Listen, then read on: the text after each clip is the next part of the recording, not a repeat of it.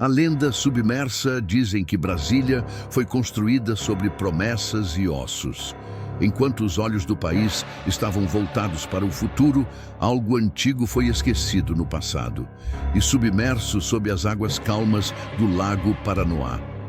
Por décadas, moradores antigos murmuraram sobre um cemitério rural, improvisado por famílias que viviam onde hoje é o leito do lago. Segundo relatos, durante as obras que ergueram a nova capital, o local foi varrido sem aviso. Cruzes foram arrancadas, túmulos afundados às pressas, como se o tempo precisasse apagar aquilo que não devia ter sido descoberto. Postado por um canal obscuro, o vídeo mostrava um homem de meia idade, pescando sozinho ao entardecer. Com uma câmera amadora fixada no barco, ele conversa casualmente com os inscritos, rindo e bebendo cerveja. Mas, conforme o sol se põe, o clima muda. A água começa a borbulhar, e sons estranhos, quase como orações, surgem no fundo do áudio. O homem para de falar. Seus olhos se arregalam. Em segundos ele se levanta assustado e aponta para algo fora do quadro. Tem alguém na água!" ele grita. A imagem treme. A câmera cai no chão do barco, de lado. E então, um barulho de respiração ofegante, um estalo e um grito abafado. O vídeo termina ali, sem explicações. O homem nunca foi encontrado. O vídeo viralizou. Em poucos dias foi retirado do ar, mas cópias continuaram circulando em fóruns, redes alternativas e canais de mistério. O lago voltou a ser comentado com medo. E entre os que assistiram, um jovem chamado Lucas sentiu algo diferente. Como se, através daquela tela, alguém ou algo o estivesse chamando. O nome dele era Ademar Lopes. Tinha 52 anos, morava sozinho no Paranoá e pescava desde os 12. O vídeo, publicado por ele mesmo em seu canal chamado Pesca Raiz DF, era comum no começo. Varinha de bambu, piadas simples, o pôr do sol refletido na superfície plácida do lago. Só depois do minuto 7 é que tudo muda. Lucas assistiu ao vídeo dezenas de vezes, quadro a quadro. Recuava e avançava em câmera lenta. Ele percebeu detalhes que poucos tinham notado. Um vulto escuro, imóvel, no canto inferior da imagem. E mais adiante um som abafado. 3 batidas secas, como se viessem debaixo do barco. Mas o mais perturbador estava nos comentários. Meu avô contava essa história quando eu era criança. O cemitério era real. Esses sons são iguais aos da missa que faziam para mortos aqui no interior. Isso não é montagem. Eu ouvi isso também uma vez quando estava no lago à noite. Os relatos se multiplicavam. Alguns diziam ter visto cruzes surgindo durante a seca de 2001.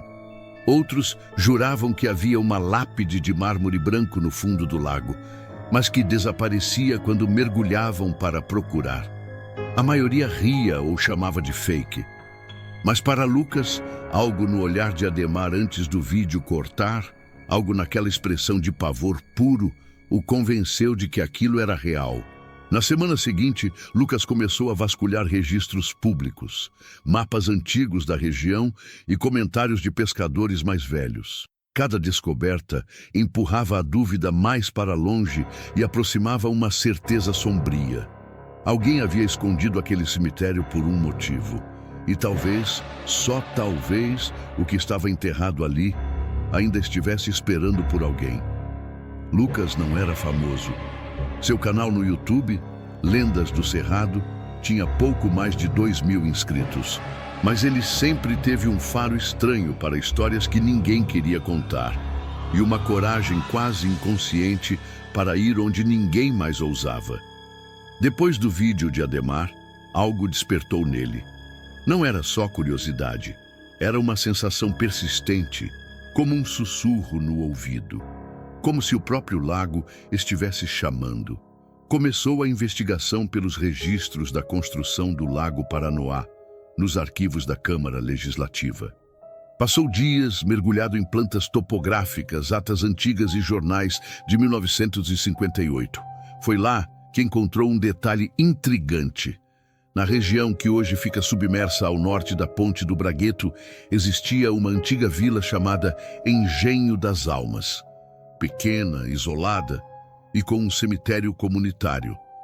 Mas esse cemitério nunca foi transferido oficialmente. Nenhuma exumação registrada, nenhuma obra funerária. Era como se ele simplesmente tivesse sido apagado da história.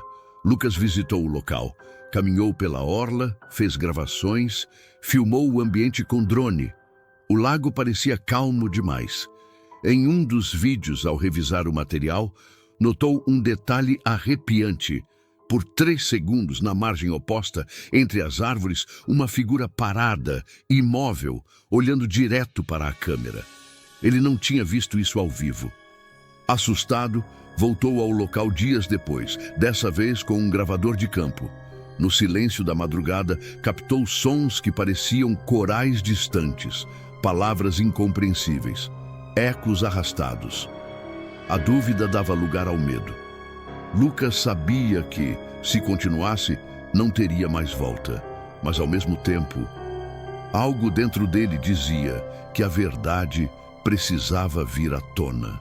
Durante uma de suas andanças pela margem do lago, Lucas encontrou uma pequena casa de madeira quase escondida entre o mato. Era velha, coberta de musgo e com janelas empoeiradas. Ao bater, uma senhora abriu a porta com um olhar desconfiado, mas seus olhos carregavam o peso do tempo e dos segredos. Ela se chamava Dona Marlene, uma mulher de cabelos grisalhos, pele marcada pelo sol e olhos castanhos profundos, carregando no rosto a história de quem viu coisas que ninguém mais queria lembrar.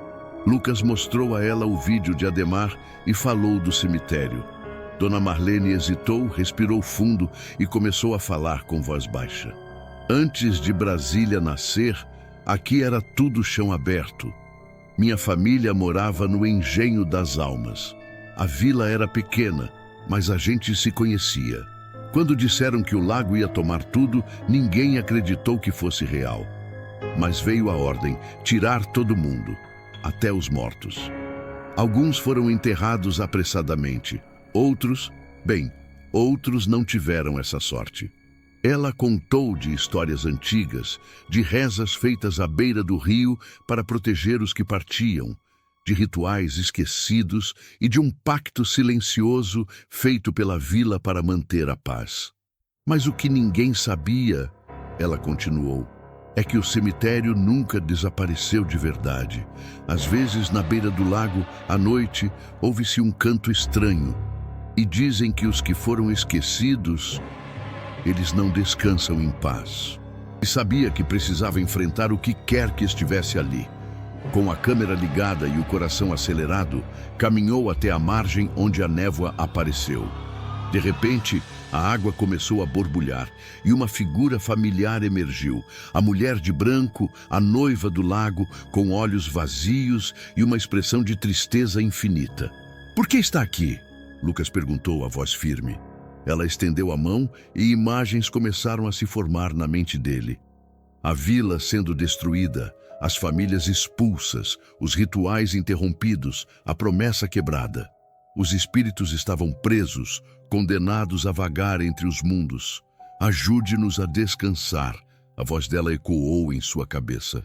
Lucas sentiu o peso da responsabilidade, o medo e a coragem se misturando. Ele sabia que não poderia simplesmente fugir. Com um gesto, começou a recitar as palavras antigas encontradas nos documentos. Uma oração para libertar as almas. O lago se acalmou, a névoa se dissipou e por um instante uma paz profunda pareceu abraçar o lugar. Mas quando ele virou para ir embora, ouviu um último sussurro, quase um aviso. Nem todos os mortos querem partir. Lucas se afastou, sabendo que aquela história não terminara ali. E que o lago silencioso e traiçoeiro ainda guardava segredos profundos, esperando a próxima visita.